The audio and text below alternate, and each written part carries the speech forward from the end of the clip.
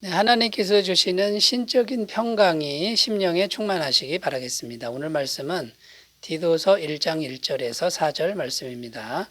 하나님의 종이요 예수 그리스도의 사도인 나 바울이 사도된 것은 하나님이 택하신 자들의 믿음과 경건함에 속한 진리의 지식과 영생의 소망을 위함이라. 이 영생은 거짓이 없으신 하나님이 영원 전부터 약속하신 것인데 자기 때에 자기의 말씀을 전도로 나타내셨으니 이 전도는 우리 구주 하나님이 명하신 대로 내게 맡기신 것이라. 같은 믿음을 따라 나의 참 아들 된 디도에게 편지하노니 하나님 아버지와 그리스도 예수 우리 구주로부터 은혜와 평강이 내게 있을지어다. 아멘. 네, 어제 말씀과 같은 본문 말씀입니다. 이 말씀으로 한 번 더 말씀을 전하도록 하겠습니다. 어제는 디도서를 이제 시작하는 서론 시간이었죠. 그래서 디도서의 전체 배경 또 전체 주제를 포괄적으로 이제 말씀드린 거고요. 이제 오늘부터는 디도서 말씀 한 절 한 절을 좀 더 구체적으로 살펴보면서 말씀을 나누도록 하겠습니다. 자, 오늘 말씀의 주제가 뭐냐면 왜 바울이 사도가 되었느냐, 이런 주제가 되겠습니다. 그 내용이 1절, 2절에 나오는데 그 1절, 2절에 나오는 내용을 한마디로 요약하면 영생의 소망을 위한 것이다. 영생의 소망을 위해서 바울이 사도가 되었다. 이렇게 고백하고 있습니다. 1절, 2절을 읽겠습니다. 하나님의 종이요 예수 그리스도의 사도인 나 바울이 사도된 것은 하나님이 택하신 자들의 믿음과 경건함에 속한 진리의 지식과 영생의 소망을 위함이라.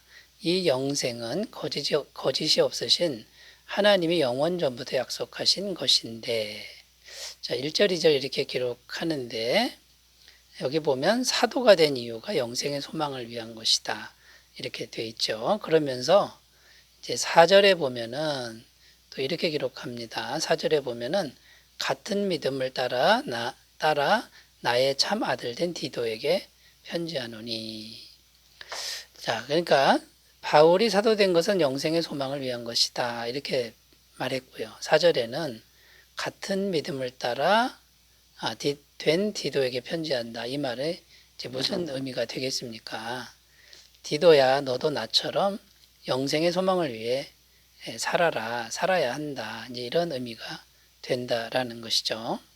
그래서 오늘 주제는 영생의 소망을 위한 것인데 그 영생의 소망을 위한 삶이 구체적으로 어떤 것인지 생각해 보면서 함께 은혜를 나누겠습니다. 자, 첫 번째는 영생의 소망을 위한 것이다. 뭐가 영생의 소망을 위한 것이냐? 첫 번째는 영생의 소망을 지키는 삶을 사는 것이다. 지켜야 된다. 이렇게 말씀하고 있는 거죠. 1절, 2절을 또 한번 읽어보겠습니다. 하나님의 종이요 예수 그리스도의 사도인 나 바울이 사도된 것은 하나님이 택하신 자들의 믿음과 경건함에 속한 진리의 지식과 영생의 소망을 위함이라.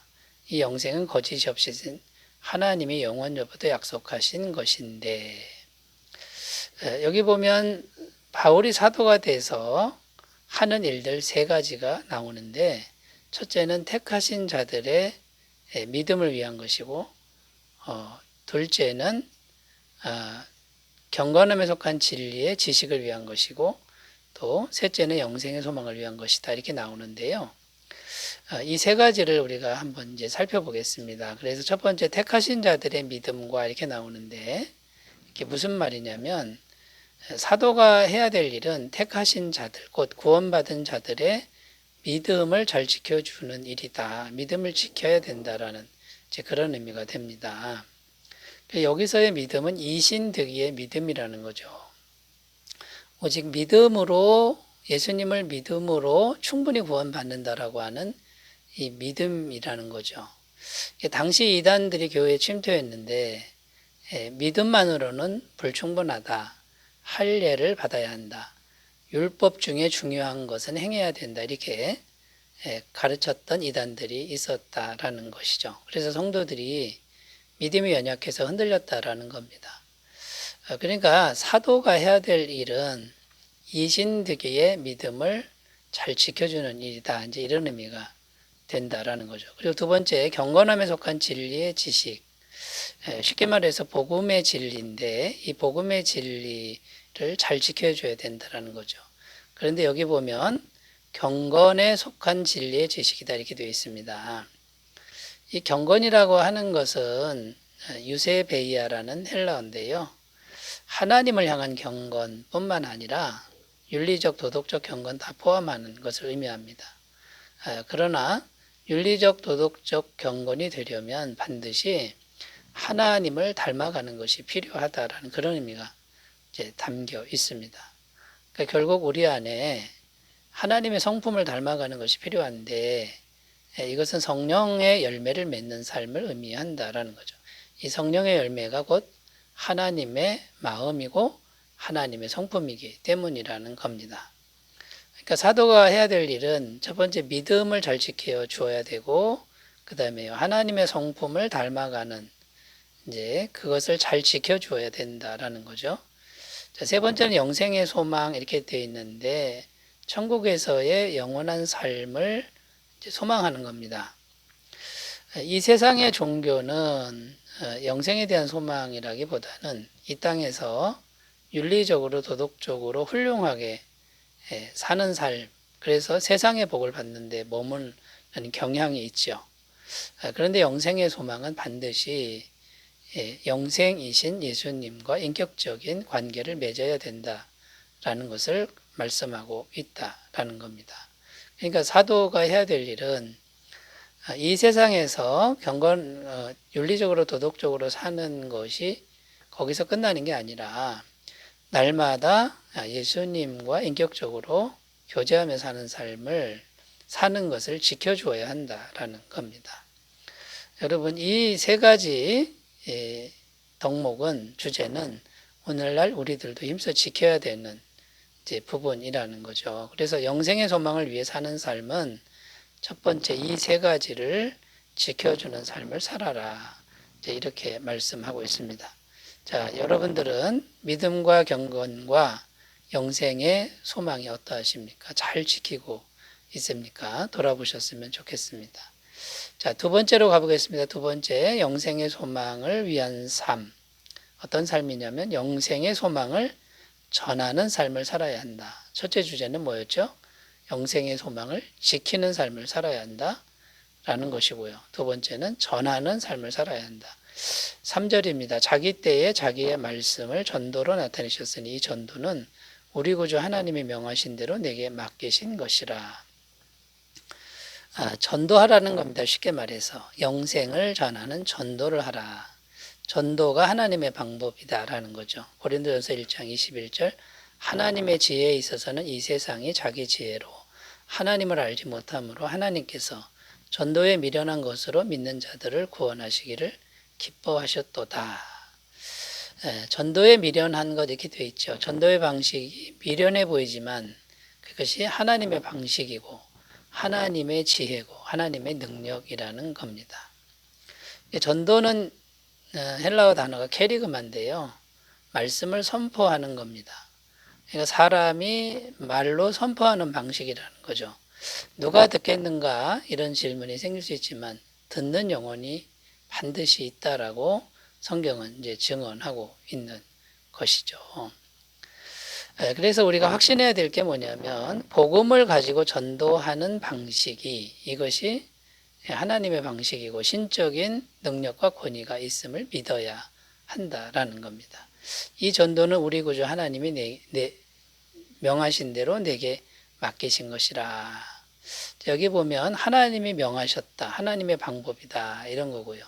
내게 맡겼다. 이제 이런 말은 내가 복음을 전하면 하나님이 책임진다. 하나님이 나한테 위탁하신 것이다.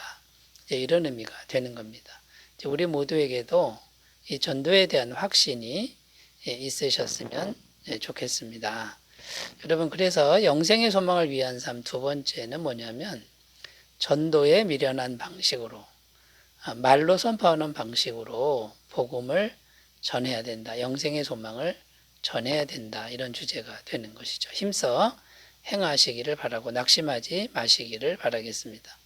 자, 세 번째 주제로 가겠습니다. 세 번째, 영생의 소망을 위하는 삶이 어떤 것이냐.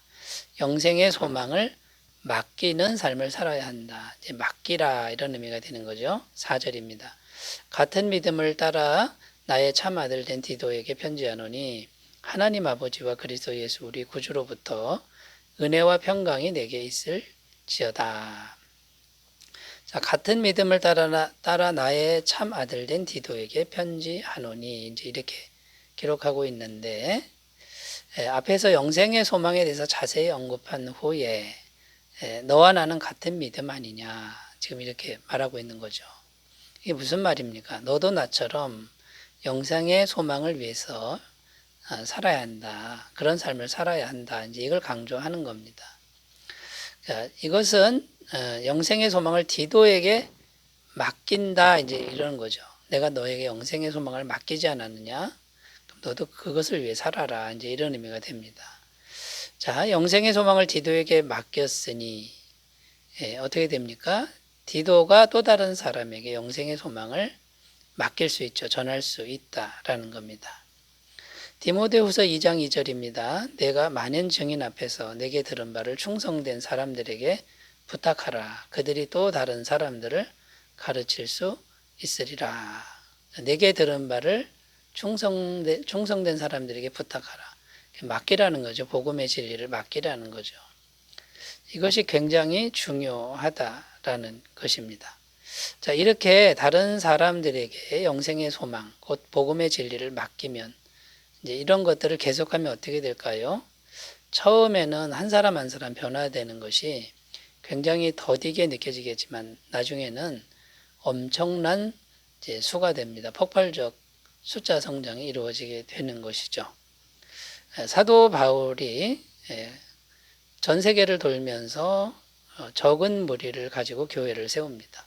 그런데 오늘날 그 교회가 지구 땅끝까지 지금 복음을 전하고 있다라는 것이 엄청난 숫자가 늘어나게 된 것이죠. 여러분, 이것이 예수님이 보여주신 전도의 전략이었고 하나님의 방법이었다라는 것을 우리가 꼭 기억하셨으면 좋겠습니다. 자, 이 일을 하기 위해서 우리는 어떤 태도를 가져야 할까요? 한 영혼의 소중함을 우리가 명심해야 된다는 겁니다. 한 사람을 소중히 여기는데 절대적으로 소중히 여겨야 된다는 거죠. 누가복음 15장 10절입니다. 내가 너희에게 이르노니 이와 같이 죄인 한 사람이 회개하면 하나님의 사자들 앞에 기쁨이 되느니라. 한 사람이 영혼이 회개하는 게 하나님의 기쁨이 되고요. 한 사람을 잘 양육하라고 성경은 가르치고 있습니다. 골로새서 1장 28절 29절 우리가 그를 전파하여 각 사람을 권하고 모든 지혜로 각 사람을 가르치면 각 사람을 그리스도 안에서 완전한 자로 세우려 함이니 이를 위하여 나도 내 속에서 능력으로 역사하신 이의 역사를 따라 힘을 다하여 수고하노라. 한 사람 한 사람씩 최선을 다하라고 가르치고 있습니다. 여러분, 우리도 바울처럼 디도처럼 영생의 소망을 위한 삶을 성실하게 잘 사시기 바라겠습니다. 기도합니다. 하나님 아버지, 바울이 사도된 것은 영생의 소망을 위한 것이다. 그럽니다. 우리들도 이런 삶을 살게 하옵소서. 예수님의 이름으로 기도드립니다. 아멘. 오늘도 기쁨이 충만하시기 바라겠습니다. 감사합니다.